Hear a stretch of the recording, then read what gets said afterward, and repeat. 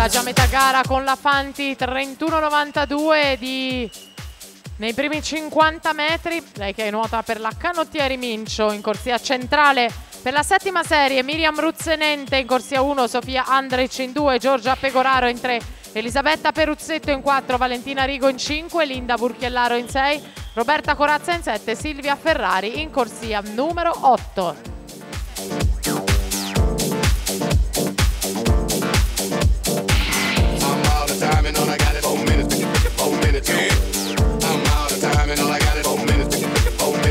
Angelica Zanchin, finale di gara più veloce per lei che chiude in 1:06.05.